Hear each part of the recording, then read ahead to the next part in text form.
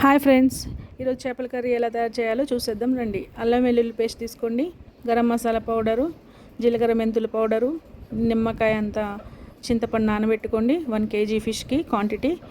అలా కళాయి పెట్టేసుకొని ఆయిల్ పోసేసుకున్న తగినంత. ఆయిల్ ఎక్కువ కనపడుతుంది. ఆయిల్ నల్లగా ఉండటానికి కారణం ఆనియన్స్ వేయించానండి. ఇప్పుడు వేస్తున్నది అదే ఆనియన్స్ పేస్ట్ అండి. ఆనియన్స్లో దాల్చిన చెక్క, లవంగాలు, యాలకులు, కొబ్బరి ఇవి అన్నిటిని వేసి వేయించి పేస్ట్ పట్టుకున్నానండి. ఆ తర్వాత అల్లం వెల్లుల్లి పేస్ట్ యాడ్ చేస్తున్నాను, 1 టేబుల్ స్పూన్.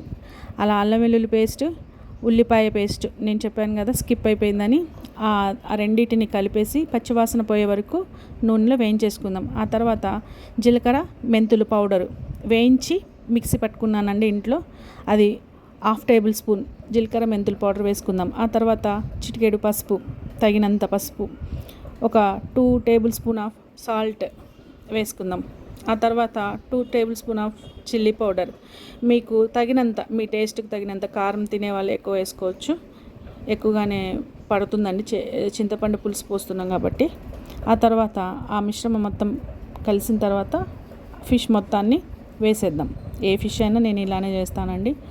ఇలా వేసేసాక ఆ మసాలా మొత్తం ఆ ఫిష్కి పట్టేలాగా కొంచెం సేపు నేను ఆ ముక్కలన్నిటికీ ఆ మసాలా పట్టేలాగా తిప్పుకుంటాను. తర్వాత తిప్పితే ఫిష్ మొత్తం విరిగిపోతుంది కదా, అందుకని ఫస్ట్ టైం తిప్పేస్తాను.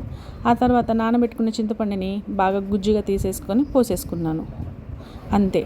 ఆ తర్వాత ఆ గుజ్జు మొత్తం తీసేసాక 1 గ్లాస్ వాటర్ కూడా యాడ్ చేసుకుంటాను. అలానే వేసేస్తే మనకి సూప్ రాదండి, పులుసు రాదండి. అండ్ మళ్ళీ చింతపండు పుల్లగా అయిపోతుంది, ఇనికిపోతుంది. ముక్క మునిగే వరకు వాటర్ పోసుకోవాలి. అలా నేను 1 గ్లాస్ వాటర్ పోసేసుకున్నాను. అలా పోసేసుకున్న తర్వాత నేను ఉప్పు కారం అన్నీ సమపాలనలో ఉన్నాయా లేదా చెక్ చేశాను. అన్నీ సరిగ్గానే ఉన్నాయి. తర్వాత మూత పెట్టేసుకున్నాను. అలా 15 మినిట్స్ అండి, మూత తీయకుండా 15 మినిట్స్ మీరు లో ఫ్లేమ్లోనే ఫిష్ని ఉడికించుకోండి. అదిగోండి చూడండి, 15 మినిట్స్ తర్వాత ఓపెన్ చేసి చూశాక అలా దగ్గర పడింది, ముక్క కూడా ఉడికిపోయింది, మంచిగా మసాలా పట్టేసింది. దించే ముందు నేను కొత్తిమీర పుదీనా యాడ్ చేసుకున్నానండి. కొంతమంది పుదీనా వేయకపోవచ్చు, నేను కొత్తిమీర పుదీనా 2 యాడ్ చేస్తానండి.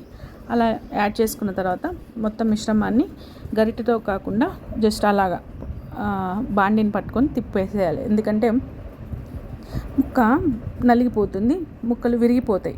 అలా అయిపోయిన తర్వాత మనము లో ఫ్లేమ్లో జస్ట్ 1 మినిట్ అంతే, ఆ ఆకులు కొంచెం ఉడికిపోయేదాకా ఉంచేసుకొని తర్వాత తీసేద్దాం. రెడీ అయిపోయిందండి ఎంతో రుచికరమైన ఫిష్ కర్రీ.